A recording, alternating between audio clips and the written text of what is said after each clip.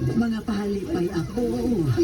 Nakatapos ka na yun sa senior high. Salamat na lang.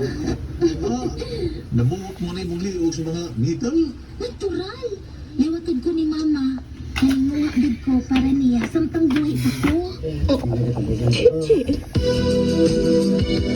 Anak, Fat? Gusto yun ito Ida, gusto mahisama sa iyang mga iyaan. Giis-ied. Ah, gusto mo parehas sa iyang mga iyaan, maestra?